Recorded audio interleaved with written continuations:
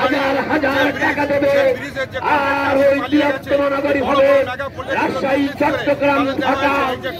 এই আইন মানি না, এই আইন মানব না বলে বৃহত্তর আমরা খুলনাবাসী আজকে খুলনার ব্যস্ততম শহর এই লোহার বছর সড়ক ভবনের সামনে আমরা অবস্থান করেছি। আমরা অবস্থান করছি এখানে নেতা নেত্রী হওয়ার জন্য নয়, এমপি মন্ত্রী হওয়ার জন্য চোখ বন্ধ করে এক হাতে আদায় করছি যে মহান রব্বুল আলামিন আমাদেরকে আজকে একটা সঠিক পথে অগ্রসর হওয়ার তৌফিক দিয়েছে।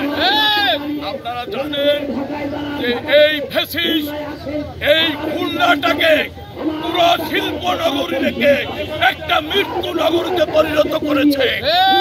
আর এই ধারাবাহিকতায় আজকের আপনারা দেখেছেন গোল্লামারি ব্রিজ।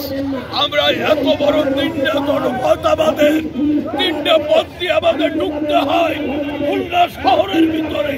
তার একটি পথ, সবচাইতে বড় পথ গোল্লামারি ব্রিজ। আজকের সেই গোল্লামারি ব্রিজ আজকে আমরা 8 মাস পর্যন্ত বন্ধ দেখতেছি। এই টাকা পয়সা নিয়ে কারা পালিয়ে গেল? বর্তমানে সরকার, এই সংস্কারের সরকার, তার কাছে আমরা এর দাবি জানাই আপনি সঠিকভাবে আমরা খুলনাবাসী ঐক্যবদ্ধ হয়েছি। আজকের আমাদের এই দাবি পূরণ করতেই হবে।